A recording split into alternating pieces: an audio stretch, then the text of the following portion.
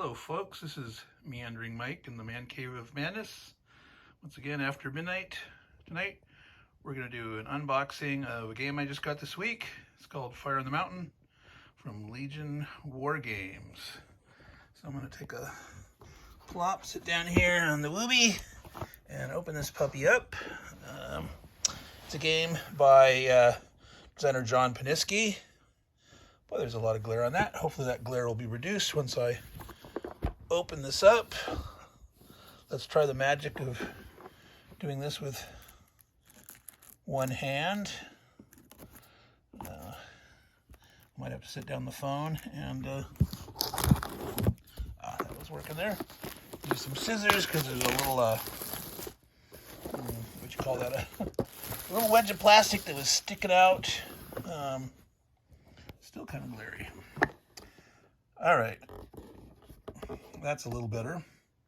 Back of the box, Fire on the Mountain. It's the Battle of South Mountain in September 14th, 1862. This is during Lee's first invasion of the North.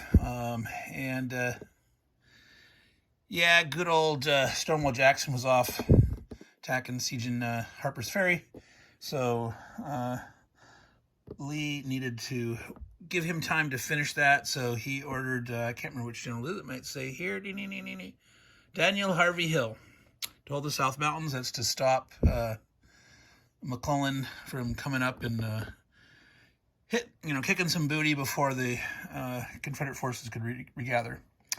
So let's take a quick look at some of the stats on this. It's for 1 or 2 players. Rated as medium-low complexity, again, you read that there, and medium-high for solitaire suitability. The unit sizes are brigades. It's stated as 300 yards per hex with an hour per turn. Overall, 4 to 6 hours of playing time. Of course, your mileage may vary depending on how familiar you are with the game and how many times you've played it, etc. All right. I've not heard of Edmund Hudson as a map designer, but the look on the back of the box, that looks pretty nice. The counters there look to be, what does it say? 0.6 inches. All right, that's a kind of an odd size, but 1.2 inches wide. So if we can see there, the units are like double wide. So that, I'm assuming, so they can be either in column or line formation, depending on their orientation. Leaders and markers are the smaller square markers. All right. Oh, yes. The map size is a 22 by 34 map, which is pretty typical. Popularized first, I believe, by good old SBI back in the days. The standard 22 by 34 game map. All right. Let's wiggle this box open here if I can. There we go. Aha. Dice. That's not bad. 8 dice. So would one guess that this was a buckets of dice type game? I wouldn't have, but here we go. Baggies. I'd rather have them include a tray, but I'm sure it's much cheaper to include baggies, so yeah, it's okay. Errata. Not a lot of errata. Nice to know that it's already included as of July. Means at least they did enough play testing.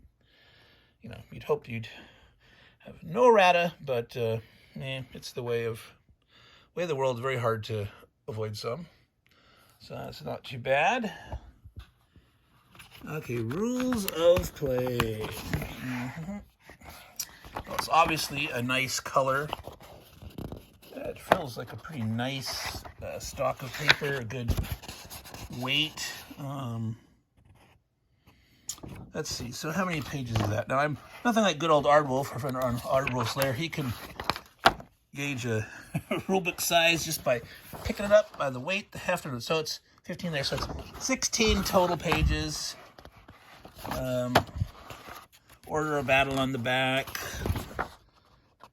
Yeah, rules all the way up to the 15th page. Rules of play. The introduction to it starts in the very first page. I wouldn't really call those rules, but that's a good introduction. Table of contents, fairly detailed table of contents. That's good.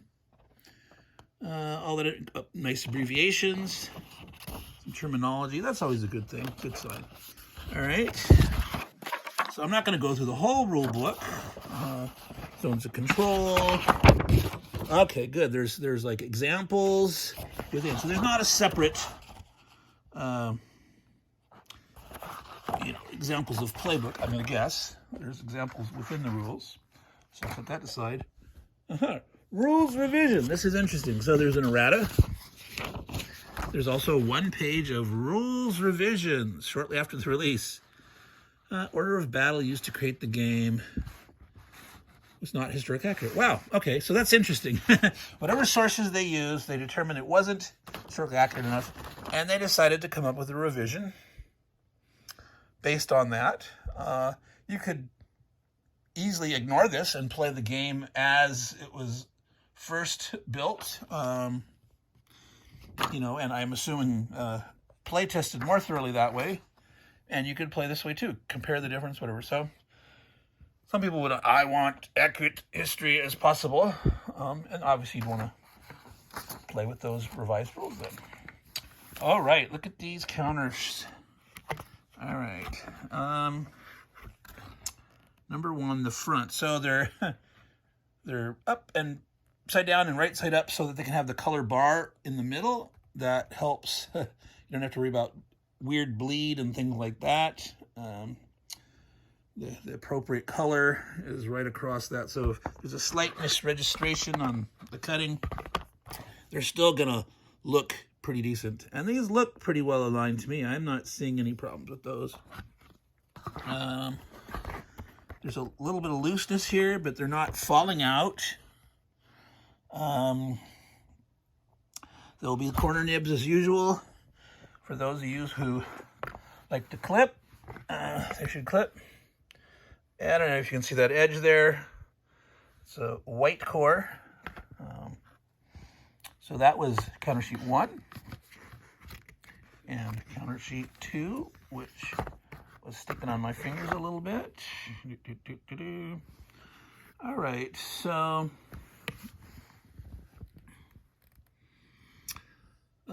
markers, dismounted LCM. I'm not sure what that means, but it's got a cross on it, so something about casualties or something. I'm going to assume. Column, route. All right. Okay. Oh, these are big hexes. So that's why we're going to fit the good old double wide counters in there. They're not going to expand across hexes. They're going to fit within the hex. So that's interesting. I'm still assuming there's an orientation, obviously, that you're going to keep track of, and whether it's in a line or a column or something. But that's an assumption. You know what happens with assumptions. That can be bad. All right, let me rotate this map. Elevations, there you go. You can see the different colors. It's not, a greenery thing. I mean, obviously those green splotches are the woods. What does that say there? Woods, yes. So the high elevation is the brown and yellow, more spots. So they're assuming grassy. That's why they're going to call that the lowlands, the green elevations, and it goes up higher, and it's probably a little more sparse, drier grass, bare rock, etc. Again, assumption. We got nice slopes. What do they call them here? They do call steep hillside, okay? They don't call it slope. Steep hillside. Elevation change. Oh, okay, so it's like in one hex side, how many elevations change? And that is a different amount of movement cost for infantry or others. Quite interesting there. So a single elevation change for an infantry brigade is no effect on movement. But where you have, like, there on that slope, well, there's a slope, and like you're going up from this, let me see it out here. This up here, if you're going up here, that's 2 elevations plus that steep slope. So I'm assuming it would be 2 elevation levels. Maybe all 2 elevation levels have a steep slope mark too. That'll take some analysis. Looking through all that stuff. Road. See, there we are. 1 movement point, road, main road. 1/2 movement point, all units in column. Oh, interesting. Even tracks, even the tracks, the dotted dashed lines, I guess you'd say, will give you a 1/2 movement point in column mode. So you can boogie around in column mode pretty good. All right, I'm not gonna spread the whole thing out open all the way because it's gonna be hard to get that on camera here. Well, so there's Fox Gap. The National Road. So ridges, well, this is down, right? So here is this ridge. Here's this gap. I guess they're calling that the Fox Gap, and the road's going through it. There's another important gap around here somewhere, I believe. Oh, it's it's right on the. I'm gonna have to open up to read it. I don't really. Turnier's Gap. Is that what it says? Yeah, Turner's Gap. The Mountain House. All right. Oh, there's a Confederate military road here. That one little spot there. That's interesting. Okay, no, it's all along here, I guess. I think that's enough of the map. Oh, there's the turn thing. There's dusk. Oh, a Burnside roll. So that's obviously reinforcements. Starts at 7 a.m., goes to 9 p.m. All right, those hourly turns. Oh, so some of the map artwork is by Rick Barber. I was going to say, so Edmund Hudson worked on it, finished up. So this might have been one that maybe wasn't completely finished by Rick Barber before he died. There's been a number of games that have come out after he died with his maps in them. He had obviously a lot of business, a lot of work in progress. It's quite a fixture in the Civil War battle maps and Napoleonics and things like that. All right, what else do we have in the box here? Let's not forget what's on the bottom. We need our player aids. The order of battle. The Union. All right. Farnsworth Cavalry. All right. The Confederate order of battle. See, if I go out too far, you'll be able to see more, but you won't be able to read it. And you might not be able to read it even on too close. That kind of black here on this kind of muddy brown, reddish brown is hard to read. There, good contrast there. Even different contrast there on the green. But that's a little harder to read there. Wolford, Evans, Law, the Virginia Reserve Batteries. Okay, cool. Hood, Longstreet, Lee. All right, and game setup, reinforcement schedule. Quite a few of those. Did the map mentioned the Burnside? I would hope there maybe be an asterisk or a little R on the stern track reminding you to go and look. Well, you know, there might be reinforcements every turn. 7, 8, 9, 10, 11, 12 noon, 1, 2, 3. So every turn up to 3 p.m. All right, so yeah, up to Burnside and the turn after. So anyway, I still would have put it like an asterisk or an R or something like that. Anyway, that's cool. Okay, there's the Burnside roll table. U.S. offensive resumes. Regrouping, morale check, commanders, rally. All right, so we had 2 clear aid cards, 2 nice full color order of battles, which the colors don't 100% match. There's that yellow, which is a little lighter here.